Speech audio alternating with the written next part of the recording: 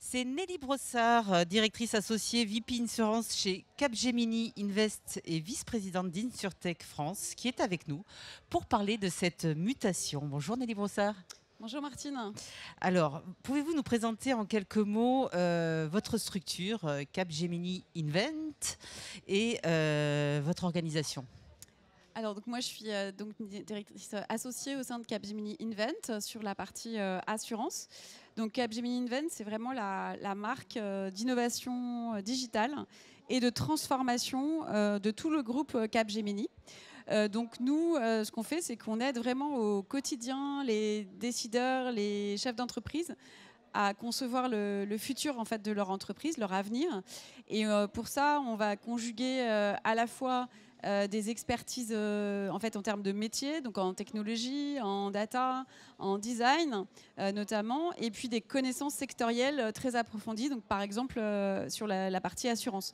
Donc c'est vraiment de bâtir les modèles de demain avec les différents décideurs. Dans la prospective, dans le demain, dans les enjeux à venir. Tout à fait. Alors précisément, les acteurs de l'économie et notamment ceux de l'assurance doivent accélérer la transformation de leur structure pour répondre aux attentes des consommateurs. Quelle est, de votre point de vue, la situation aujourd'hui dans ce secteur de l'assurance ?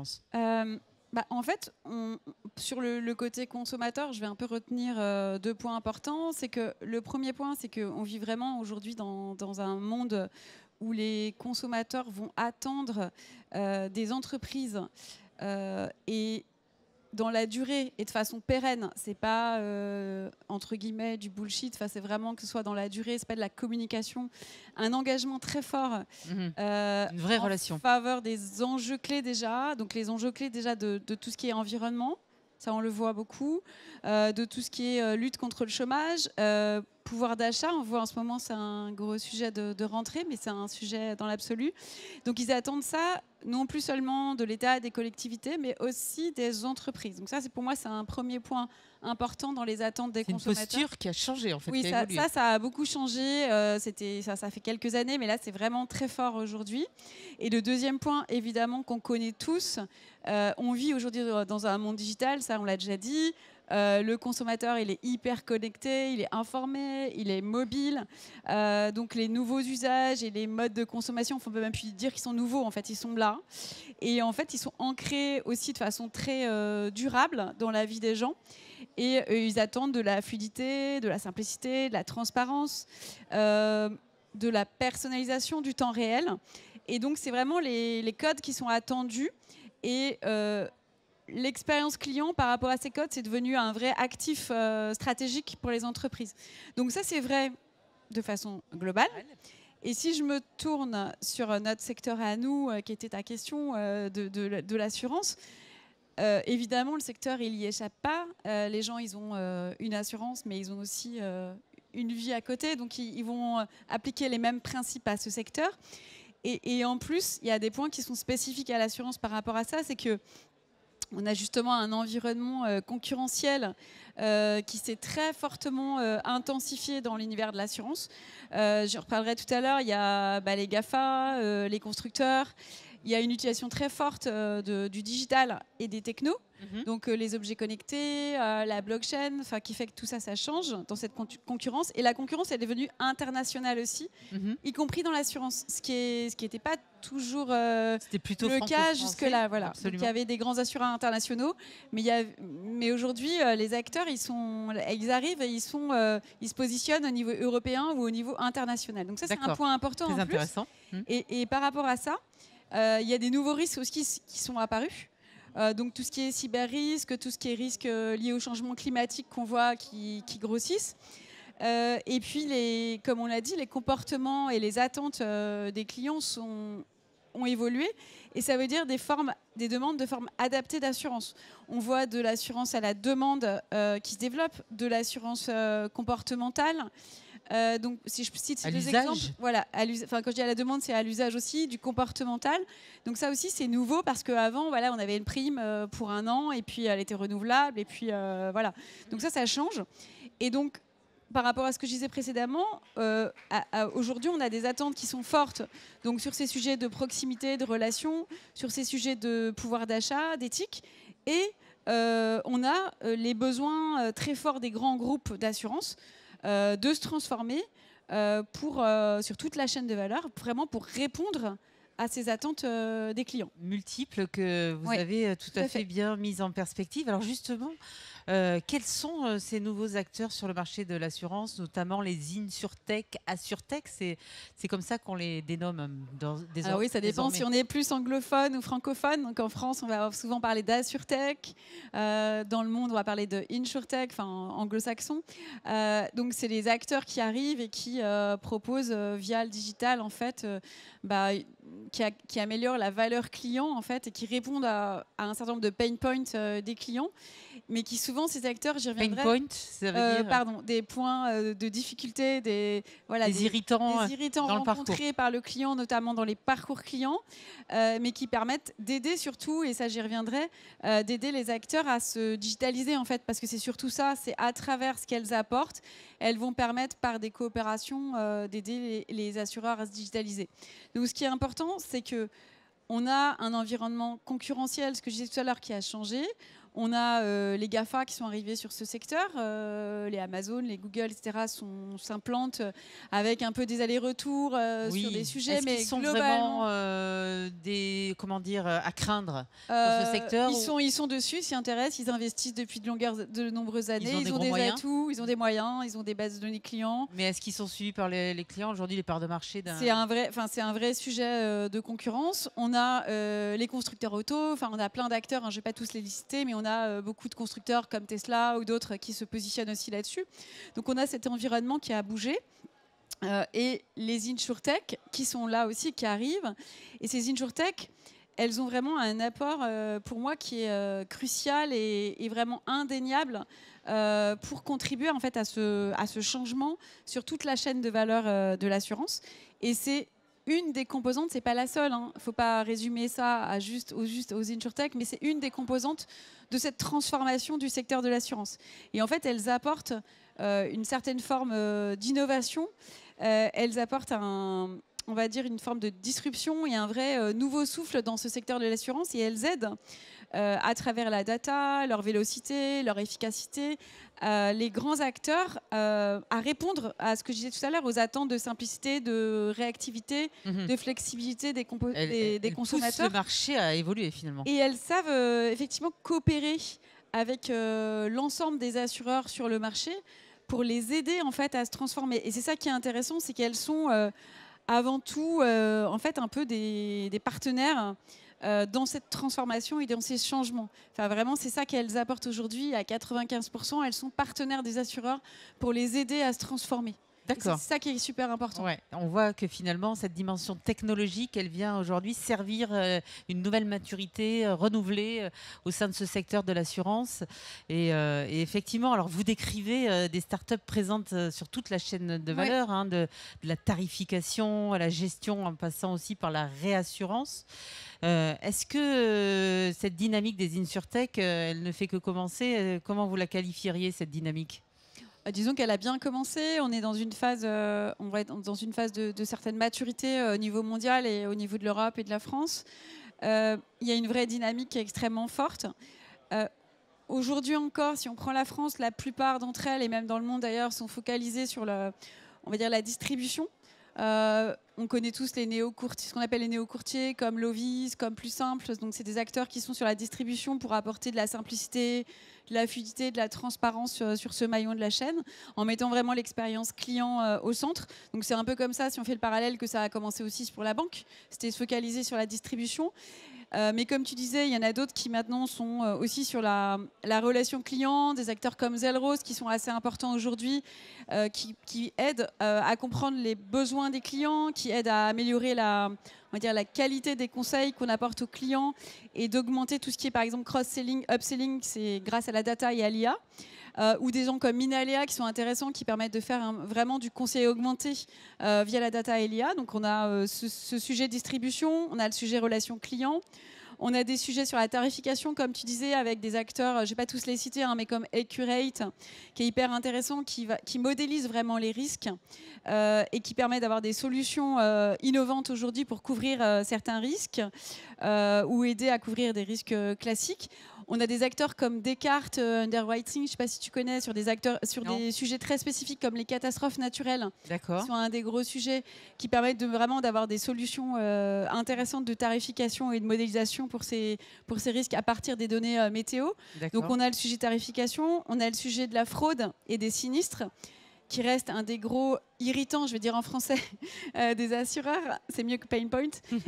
Avec Shift ou des gens comme WeProve, comme BDO, qui sont vraiment sur la fraude et deux, la partie amélioration de la gestion des sinistres pour aller plus vite dans l'indemnisation, qui reste un des gros sujets. On voit que le champ est très, très, très large. Voilà. Et puis, on a même la réassurance, puisqu'il y a des gens qui ont monté des plateformes qui aident à mettre en relation les assureurs et les réassureurs. Et ça vient de sortir, ça vient d'arriver.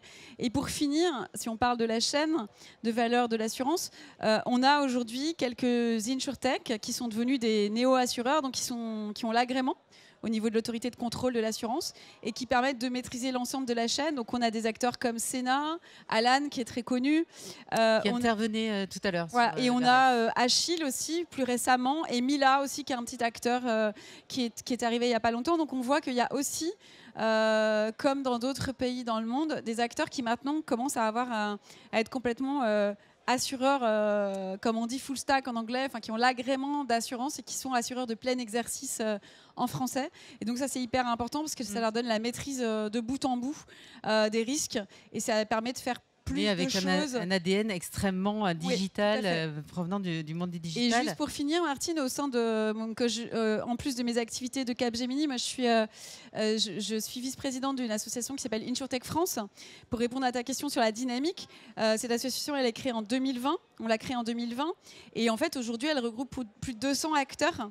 Donc soit des insurtech françaises, soit des acteurs avec qui on travaille, donc des fonds d'investissement, quelques assureurs, des courtiers, des recruteurs, voilà, tout un écosystème, des startup studios, tout un écosystème. Donc c'est pour dire qu'il y a une vraie dynamique aujourd'hui et qu'il y a un vrai besoin en fait de ces acteurs de bien travailler dans leur écosystème puisque ils ont besoin des autres, les uns ont besoin des autres pour avancer aujourd'hui. Et justement, alors tu parlais de cette casquette, de cette association que tu as créée, qui a été créée en 2020. Oui. 2020.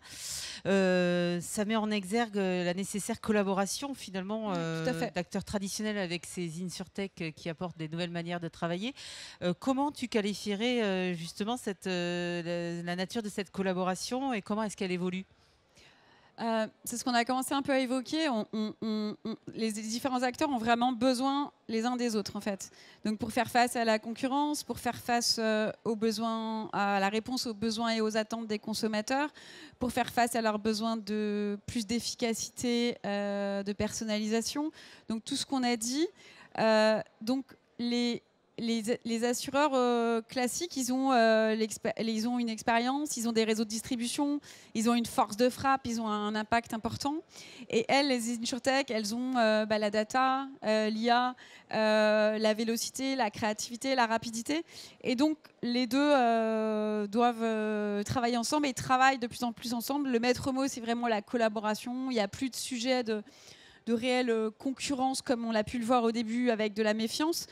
Et pour illustrer, il y avait une enquête qui était intéressante qui avait été faite dans Vovox, qui est un journal qui s'appelle Dessine-moi l'assurance, en mai 2021. Il n'y a pas eu autre chose depuis, mais qui montrait que les insurtech étaient perçus à 68% par les assureurs comme un des leviers majeurs dans l'accélération de leur transformation. Donc ça, c'est important. Et que 70% des assureurs ont envie de continuer et d'accroître encore ces coopérations. Donc ça montre que voilà, il y a une courbe croissante. Et puis, ça montre le chemin parcouru. Et puis, ce qui était intéressant encore plus, c'était que 60% des assureurs avaient envie d'inventer pour l'avenir un peu des nouveaux modèles de coopération. Donc là aussi, dire soyons humbles ensemble, on a fait des choses, on a fait du chemin ensemble, on coopère, mais il reste encore des choses à améliorer. Comment est-ce qu'on peut travailler ensemble encore plus pour créer de la valeur, une valeur qui soit tangible pour le client, parce que ça, c'est ce qui est important, c'est toujours le client. Et dans cette coopération, donc pour résumer, si je peux dire une phrase, c'est qu'on est à une certaine, on va dire, maturité de cette coopération et que selon la forme des coopérations, parce qu'elles peuvent être commerciales, elles peuvent être techno, elles peuvent être capitalistiques, elles peuvent avoir plusieurs volets.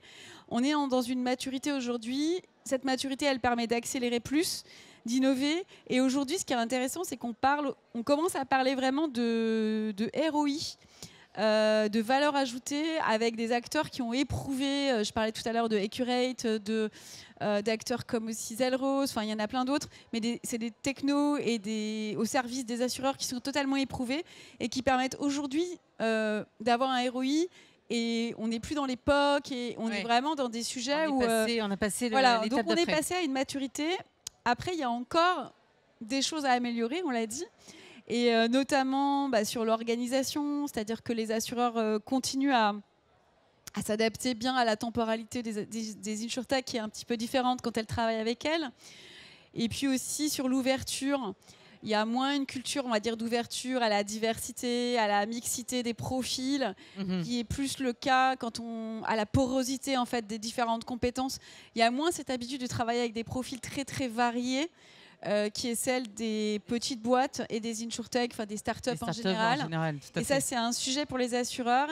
Et puis le dernier point aussi, qui est pas toujours, qui reste pour moi un point d'amélioration, c'est de bien travailler sur le partage de la valeur. Bien au début se dire comment on partage la valeur ensemble, parce que y a eu des cas où être aligné sur voilà, être bien aligné sur le gagnant-gagnant et comment on partage le gâteau de ce qu'on va créer pour le client, mais aussi en termes de business quoi. Voilà. En termes de business, tout à fait. Ouais. Alors il nous reste 2 minutes, Nelly Brossard. On va finir sur finalement cette présence des insurtech en France. Est-ce qu'elle est plus spécifiquement française par rapport aux autres zones géographiques, notamment l'Europe? Quelles sont les tendances qu'on observe? Alors il y a vraiment les insurtech, on est à une maturité. En termes de financement, il y a beaucoup de levées avec des montants qui sont importants. En Europe, c'est un point. On a eu l'année dernière, c'est 2,5 milliards d'euros de levée. C'était quasiment 14 milliards dans le monde. Au premier semestre, ça continue à avancer. Alors, il y a un petit ralentissement global du marché sur l'ensemble du secteur des technologies, donc aussi dans la partie assurance. Mais la France, en Europe, au niveau de l'Europe, elle est bien placée. Elle est juste derrière l'Angleterre sur cette dynamique insurtech et avant l'Allemagne. Donc, il y a une grosse dynamique, une grosse présence. Et les tendances sont, on va dire, sont un peu les mêmes. On continue à avoir des insurtech qui se mettent sur d'autres maillons de la chaîne de valeur, en dehors de la distribution, ce que je disais tout à l'heure. On a une présence qui se développe un peu sur tous les marchés.